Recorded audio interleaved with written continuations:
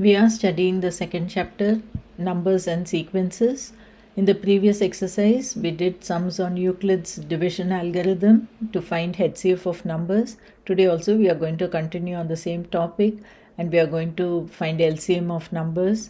Before that, let us go into the definition of fundamental theorem of arithmetic. Okay, every positive integer can be represented in exactly one way as a product of one or more primes apart from rearrangement. What this means is you can take any positive integer. For example, I have taken 32,760. I can represent this as a product of prime numbers. So here you can see 2 is a prime number, 3 is a prime, 5 is prime, 7 is prime, 13 is prime. So I've further simplified it and written it in terms of its powers. Okay, so 2 raised to 3 into 3 raised to 2 into 5 raised to 1, 7 raised to 1, 13 raised to 1. So any number, positive number, can be represented in this form. Okay, it doesn't matter. Apart from rearrangement, what it means is the order doesn't matter. You can write 3 square into 2 raised to 3. It's the same thing. Okay, so here you can see they've written the definition. N is a number. It can be represented like this, where P1, P2, Pn are all prime numbers and these are the quotients. Okay, we'll go to the exercise. It will become much clearer then. Question 1. For what values of n, 4 raised to n can end with digit 6? So let's write down 4 raised to n is equal to 2 raised to 2 raised to n. That is equal to 2 raised to 2n. So here you can see 2 is a factor of 4 raised to n. Hence 4 raised to n is always even and ends with 4 or 6. Okay, because 2 is a factor. Now let us find out for what values of n.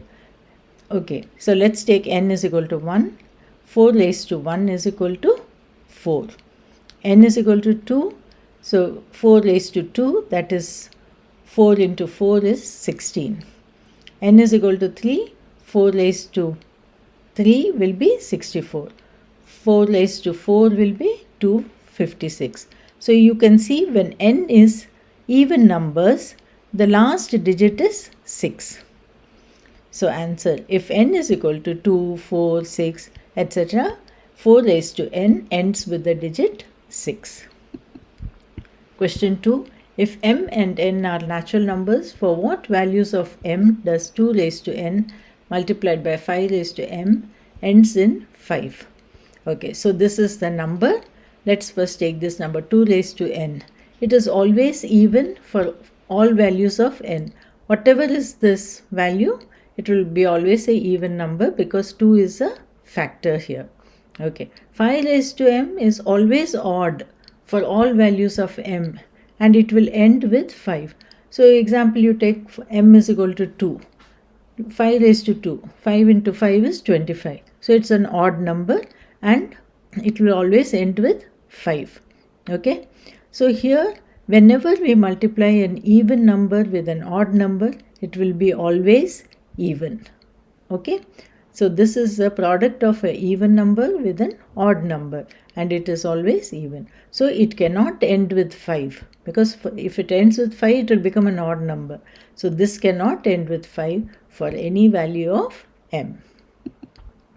Question 3. Find HCF of 2,52,525 and 3,63,636. So these are the two numbers given to us. So they are very big numbers, but we can easily do it by Euclid's division algorithm. Okay, so here let us take the higher number always as a. You know, a is equal to bq plus r. That is the lemma. A will be the dividend and b is the smaller number, that is the divisor. Okay, so let us divide this number by this number. You will get 1 as the quotient q and this as the remainder r, which is not equal to 0. So now next step, again we are going to write down the lemma, but this will become, this b, the divisor, will become the dividend and the remainder will become the divisor. Divide this number by this number. 2 is the quotient, this is r, r is not equal to 0. Again, write down this as the dividend a, and r will become b now. Divide these two numbers, quotient q is 3, this is r, which is not equal to 0. Again repeat, and you will get r as this number. Again you have to repeat, you have to divide 20,202 by 10,101, you get quotient 2 and remainder 0. Now you should stop. Okay, and the divisor is the HCF. So here HCF is 10,101. Okay, question 4. If 13,824 is equal to 2 raised to a multiplied by 3 raised to b, then find a and b. Okay, we are going to do this by the factor tree method. This is called the factor tree method. Very simple. Let's do it. Okay, we are going to find the factors of this number. So let's write down the number. First, take the prime number 2. See if this number is divisible by 2. Yes, it is divisible. Divide it. You will get this. See, 6,912. When you divide this number by 2, you will get this number. Again check, can we divide this by 2? Yes. So here write down 2. Divide these by 2, you will get 3,456. Again, yes, this can be divided by 2. You get 1,728. Divide by 2, 864. Divide by 2, 432. Divide by 2, 216. Divide by 2, 108. Divide by 2, 54. Divide by 2, 37. Now, 27. Now you cannot divide this by 2, but you can divide by the next number, 3, prime number. So, always you have to divide by prime numbers. Next prime number is 3. 27 divided by 3 is 9. 9 divided by 3 is 3. So, here it is. You can't do any more further division. So, this is it. So, now let us write down this as the factor of primes. So, write down 13,824 is equal to how many times 2? You get 9 times. So 2 raised to 9 multiplied by 3 raised to 3. Okay. So you have written it down. Now compare with this. They have given us that this is equal to 2 raised to a into 3 raised to b. So if you compare with this, you can see a is equal to 9, b is equal to 3. This is the answer. Question 5. If p1 raised to x1 multiplied by p2 raised to x2 multiplied by p3 raised to x3 multiplied by p4 raised to x4 is equal to 1,13,400, where p1, p2, p3, p4 are primes in ascending order, x1, x2, x3, x4 are integers. Find the value of p1, p2, p3, p4 and x1, x2, x3, x4. Okay. So here let us take this number and do the factor tree. So first divide it by 2, you get 56,700. Divide by 2, 28,350. Okay, divide by 2, 14,175. Now you cannot divide by 2. Now let's go to 3. Check if you can divide by 3. Yes, it's divisible. So 4,725. Again divide by 3. 1,575. Divide by 3. 525. Divide by 3. 175. Divide by 5 now. 3 it's not divisible. Divide by 5. 35. 35 is 5 into 7. Okay. So now what you are going to do? Write down 1,13,400 as 2 raised to 3 multiplied by 3 raised to 4 into 5 raised to 2 multiplied by 7. Now compare with this. This they have given, is it not? If you compare, you can see P1 is 2, P2 is 3, P3 is 5, P4 is 7.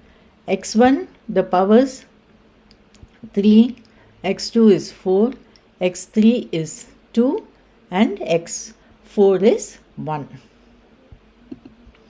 Question 6. Find the LCM and HCF of 408 and 170 by applying the fundamental theorem of arithmetic.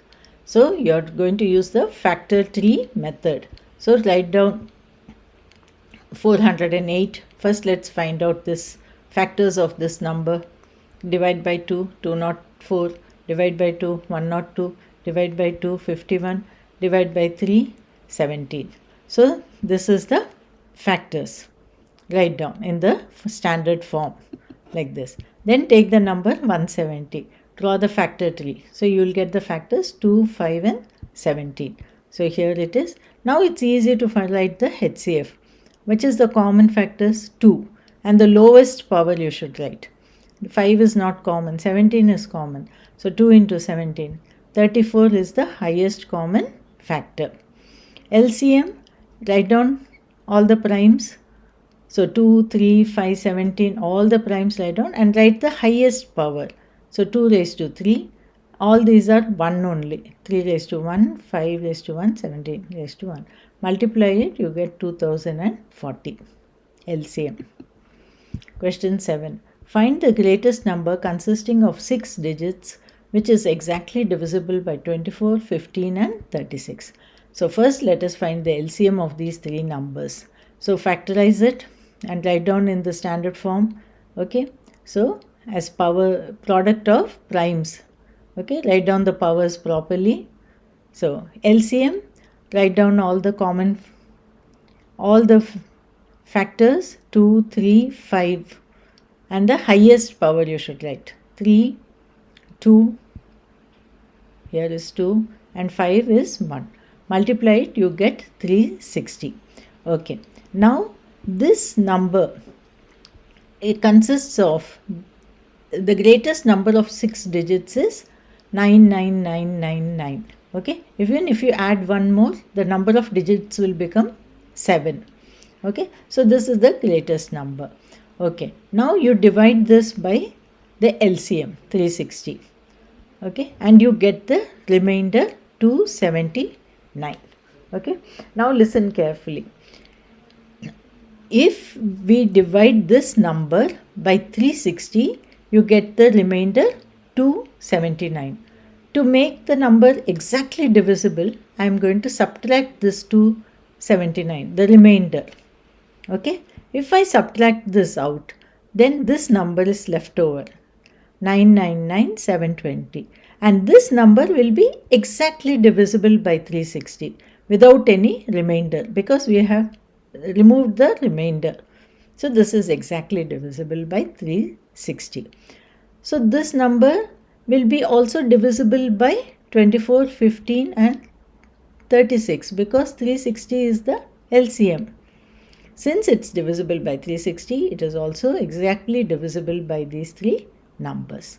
So this is the greatest 6-digit number. Question 8. What is the smallest number that when divided by numbers 35, 56, 91 leaves remainder 7 in each case? So let's find the LCM of all these three numbers. Write down the factors.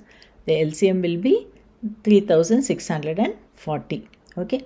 Now this 3640 is exactly divisible by these numbers. Is it not? Because it is the LCM. But we want a remainder of 7. So what we are going to do is we are going to add 7 here. Okay. And we get 3647. So when you divide 3647 by any of these numbers, the remainder will be 7. Okay. Question 9. Find the least number that is divisible by the first 10 natural numbers. That means was least number which is divisible. That means LCM we have to find. So LCM of the 10 numbers, first 10 natural numbers. Let's factorize the numbers. 1 is 1. 2 also the factor will be 2. 3 factor will be 3. 4 is 2 into 2, 2 square. 5 is 5 into 1, 5. 6 is 2 into 3. 7 is 7 only. 8 is 2 cube.